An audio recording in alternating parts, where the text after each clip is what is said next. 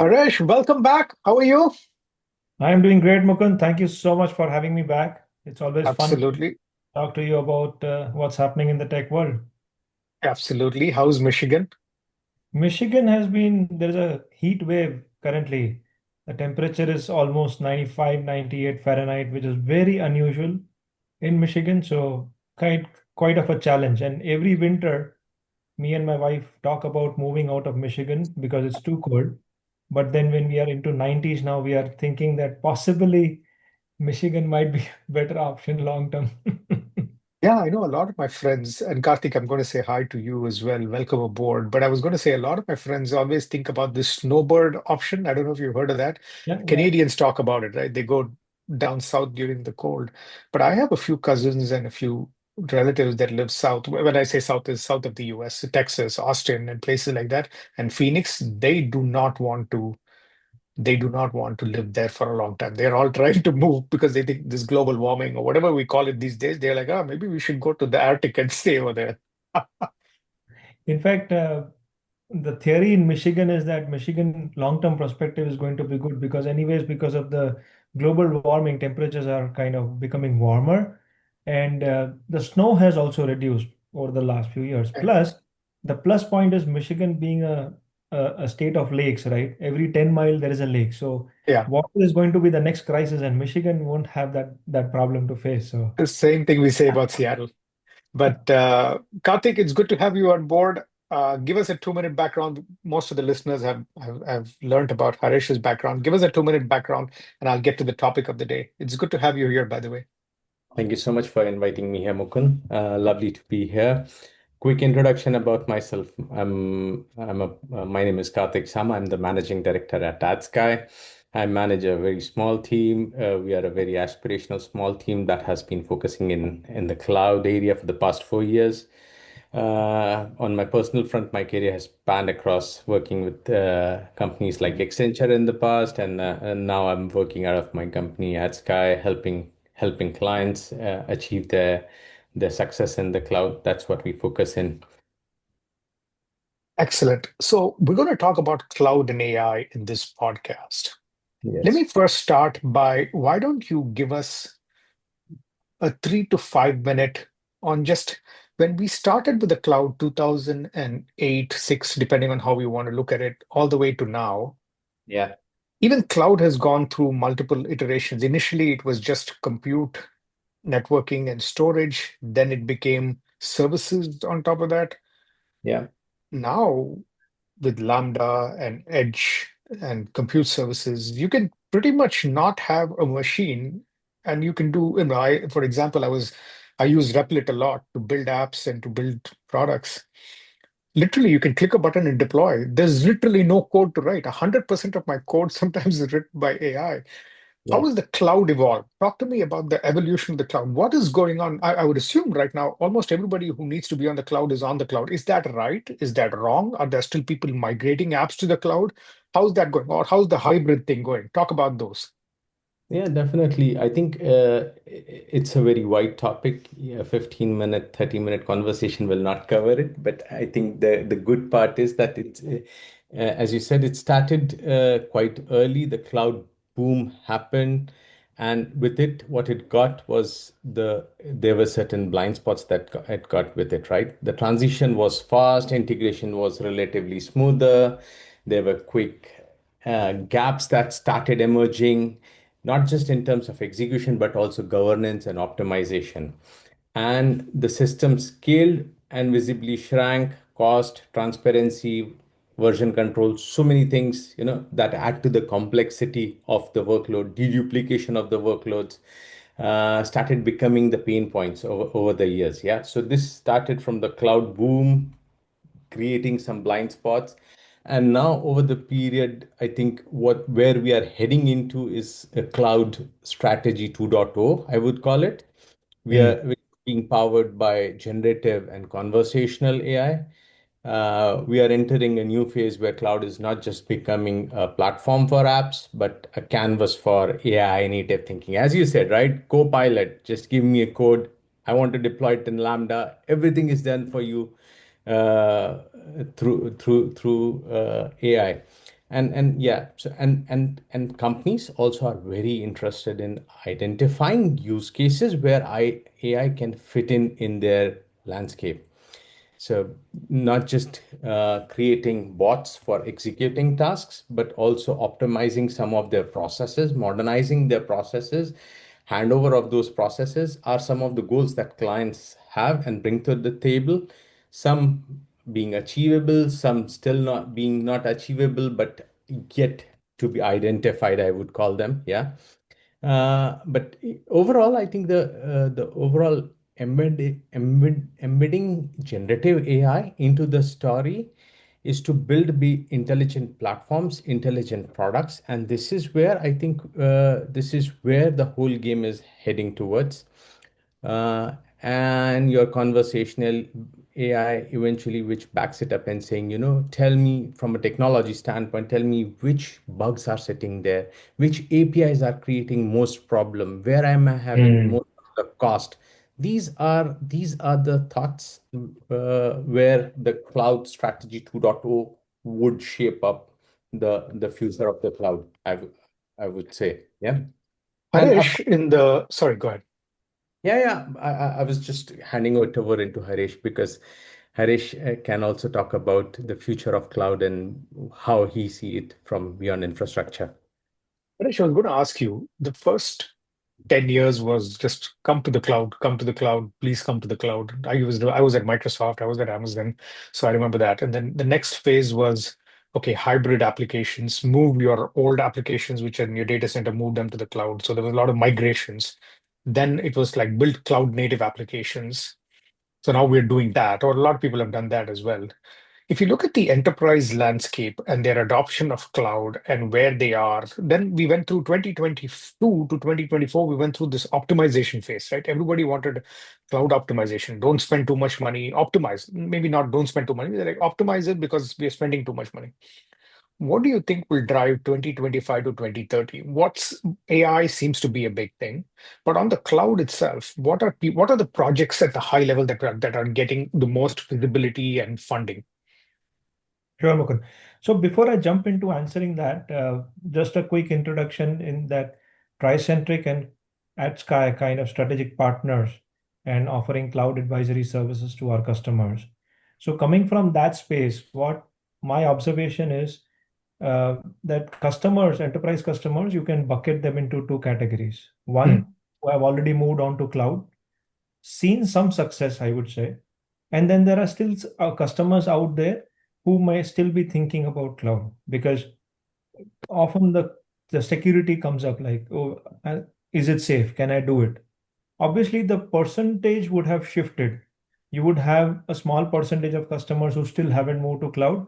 A large customer percentage have moved, but we still have those two categories. Now, Hmm. if we just go back to the first category where customers have moved to cloud and connecting to what Karthik mentioned, cloud 2.0, that's where the next step of evolution comes in, where enterprises are now reassessing or trying to rebalance what they have done, the success that they have seen, the failures that they have encountered, and what are the lessons learned. So Hmm. AI, generative AI, conversational AI is one thing, but second most important thing is, has this cloud delivered the value that they started with? Because if we look at companies or enterprises that have manufacturing plants, be it tier one, tier two auto suppliers, be it the OEMs, or be it discrete manufacturers, these plants are not located at your urban locations. They are out somewhere in maybe towns or smaller cities where the connectivity, the so-called 5G, is not as great as what we see in urban settlements, right? So connectivity is still a problem. So if you have applications which require high latency, which requires like quick response time, cloud is posing as a challenge. So the CIO to Hmm. thinking, should I move back those applications back on-prem? So possibly a hybrid option, right? Or a hybrid approach that I have some applications will I will keep on-prem, but I have some applications which I have to move on cloud. I think that's where the next few years journey is going to be coupled with the adoption of AI and machine learning. One Really? thing. So they're not saying edge. Sorry, Karthik, go ahead. One thing I observe here, Mukund, on client conversations is basically now the realization has started sinking in, there was at one point of time there was a need that everybody wanted to go to the cloud with everything. And now the realization is not everything belongs on the cloud, right? Let's identify what will work best, suit best to be moved to the cloud and build it from there. That's Just to interesting because I would have thought that the latency issues would have moved more to the edge, right? There's a lot of edge computing related opportunities, whether it's Cloudflare or within Amazon Edge or anything like that. There's a lot of products in that area as well. But you're yeah. saying there are also discussions happening at the CIO level and other levels where the people are saying maybe we should bring this back. Now, let me ask you this. A lot of customers would have sunset their data centers moving to the cloud. Is that right? Or did they keep a little bit and now they're going, okay, we need to do a rejig. We need to take these 5 apps, move them here to the hybrid, to our This own data center. Yeah, this is where exactly the hybrid model works out well, where a core transaction logic remains on the edge, while your analytics and AI part can be offloaded to the cloud, right? So you can build your data in batches and bring it to your cloud in stages, overcoming all the latency issues and stuff like that to be analyzed, to be performed analytically on top of it and perform AI on top of it. Yeah. So that part we certainly still remains relevant. We have to re-architect that hybrid model. How do we Mm. do it, right? And this hybrid approach rather brings in a compromise where with the strategic differentiation Yeah. Let me without ask you, let me without ask you, on the scalability. Yeah, just to yeah. let me ask you this. Now that you Hmm, mention it, I want to get a little bit more clarity on this topic. Data. hmm, Now, for AI to be successful, you have to have your proprietary data. The moment right. you move that to the cloud, now in some cases, people are using third-party AI APIs like chat, no, OpenAI's API or Claude API, and that means the data is enhancing the large language model as well. And some Right. people want to keep this data very private. So in that case, is data being stored in the cloud? Is it being stored in the edge? Is it being stored on-prem? Are they very worried about taking this data and keeping it outside because it could get compromised? Because customer data is sensitive. In some industries, it's like you cannot take it out, right? Right. You have to be very careful with what is the data sensitivity level of information that you are taking it into cloud. What is the level of wrappers you want to build around on top of those data sets so that you can provide it to the cloud, which is less meaningful for the outside world, but still yet you can derive a more meaningful outcome from it. So that translation still comes into play. Suresh, tell me a little bit about using cloud to be able to also make sure that they optimize the costs. The reason is because I keep hearing from CIOs, I've got to fund my AI projects, but they're not getting more budget. The CEO is not saying, here is 20 million, go fund AI, right? So they've got to find a way to get the money from somewhere to give it to AI projects. They used 2 years to optimize cloud. Are they still doing it? What's happening on that area? I think cloud optimization will continue because, Mm, like I said, last 5 years was focused more on let's move to cloud. Now the next 5 years is going to be okay, we have moved to cloud, now what next? So how can we optimize? How can we reduce the cost? Also, if we look at it, enterprises of a certain size have a lot of legacy debt. What I mean is they are still running custom homegrown built application. In fact, I was on a call with a CIO yesterday mm. and they have an homegrown ERP running. And I'm not saying this is like a mom and pop shop. This is a $1.5 billion company running on a custom built ERP. Nothing wrong with it. Don't get me wrong. It is making sense for them. It is delivering value. But then now, when you have to possibly look at diluting or reducing that technical debt, you may either upgrade it to a cloud-based ERP or you take your homegrown ERP on the cloud. But then that the question comes, is it compatible? Are you able to leverage the native cloud? features, functionalities to be able to have the optimized environment? These are the questions which we need to answer today. Wow. So they are one of the few people that I've heard of that have built a homegrown ERP. Because there are people like this, right? That's amazing to see. Let's go on the different approach. Kartik, tell me a little bit about how have talent and skills changed now versus when we started on the cloud, let's say even 10, 15 years ago, right? Right now, the kind of skills that you need, I'm assuming, are different from what they were about 10, 15 years ago. How has that changed? How should a lot of my audience is also thinking about, okay, if I want to build a career in the cloud and AI, how should they think about, okay, how do I build a career? What skills do I learn? Technical skills, and of course, the other skills, of course, remain, communicate well, problem solving skills, those skills remain. Right. I think the first and foremost important aspect for anyone in technology business and especially technology focused people is having a strong impetus and understanding on how the business requirements often translates into the technical aspects. Yeah, that with that deep understanding and connect between the business and the technology, I think the rest of the technology aspect is already taken care by a lot of Copilot and AI supported tools these days. So there's less and less need to have developers. That's already a growing fear. You hear about it, right? That there's less and less need of coding skills needed because Copilot can do it for you. However, what still remains relevant is how good you are fundamentally in terms of understanding the code that you are writing. Because if your basics are not in place, so those basic constructs and understanding of how the cloud operates still remains the backbone of the setup. However, going forward, how you translate those business and technology understanding and map and are able to overcome that gap from business to technology is what is going to drive a lot of work for the tech people. Yeah. I Yeah, think the interesting part that I've seen almost always when I talk to some of the technical people who I work with on a maybe monthly basis or so yeah, is the deployment of cloud is changing how they think about building for the cloud. What I mean mhm, by that is previously, I remember I had to write cloud formation templates.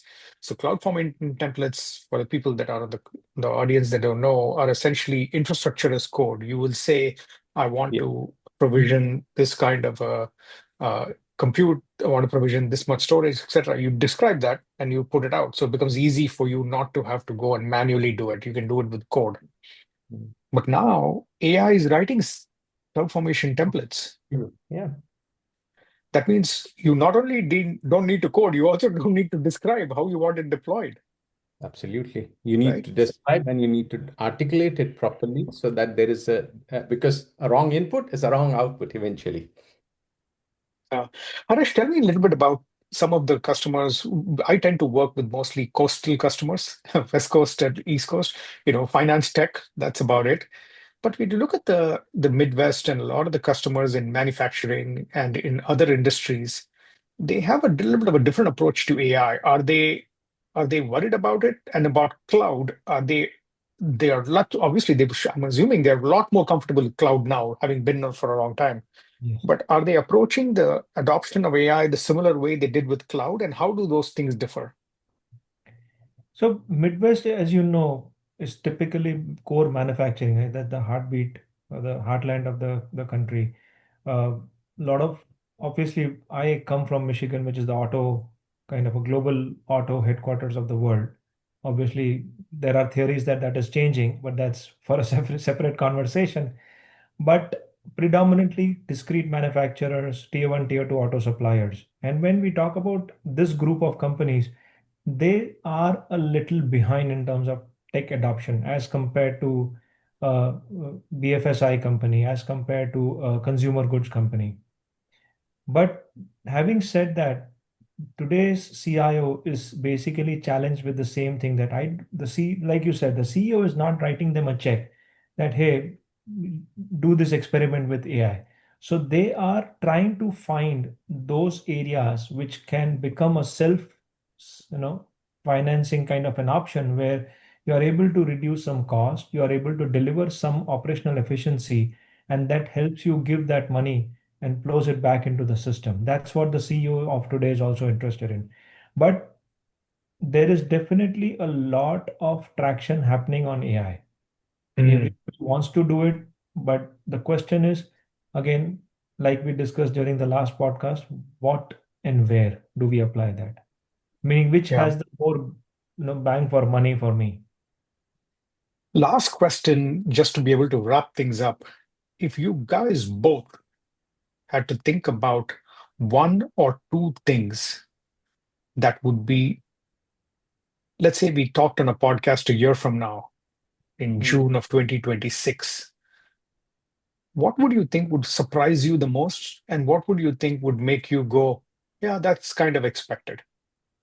Let's start with the what would you be surprised by the most in a year from now?